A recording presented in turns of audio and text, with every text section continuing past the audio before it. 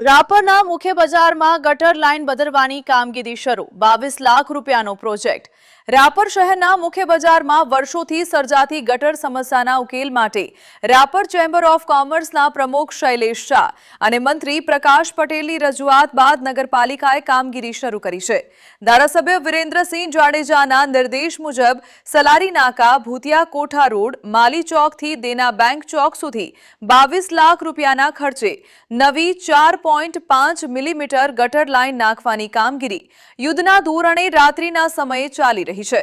નગરપાલિકા પ્રમુખ Chandbhai Bhinde, incharge chief officer AB. Zala, engineer Ashish Goswami અને અન્ય અધિકારીઓ દેખરેખ હેઠળ કામગીરી કરાવી રહ્યા છે।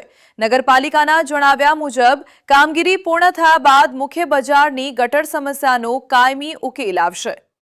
રાપરની અંદર મેઇન બજારની અંદર ગટર લાઈનનો પ્રશ્ન હતો એ બાબતે રાપરના વેપારીઓ ચેમ્બર ઓફ કોમર્સના પ્રમુખશ્રી તથા અમને રજૂઆત કરવામાં આવી કે આ પ્રશ્ન છે, તો તે બાબતે અમે રાપર નગરપાલિકાના પ્રમુખ ચાંદભાઈ ભીડે સાહેબને ધ્યાન દોર્યું હતું અને ચાંદભાઈ સાહેબે ધારાસભ્ય શ્રી વિરેન્દ્રસિંહ જાડેજાને આ બાબતે જાણ કરતા અવગત કર્યા હતા અને તાત્કાલિક ધોરણે વિરેન્દ્રસિંહજીએ રાપર નગરપાલિકાને આ બાબતની કામગીરી ચાલુ કરવા માટે જણાવેલ અને તેના યુદ્ધના ધોરણે અત્યારે કામગીરી પણ ચાલુ થઈ ગઈ છે અને ગટર લાઈનનું કામ ચાલુ છે। ત્યાંથી માલી ચોક થી દેના બેંક ચોક સુધીનો જે વચલી બજાર મેઇન છે આખી ત્યાં ચાલુ છે।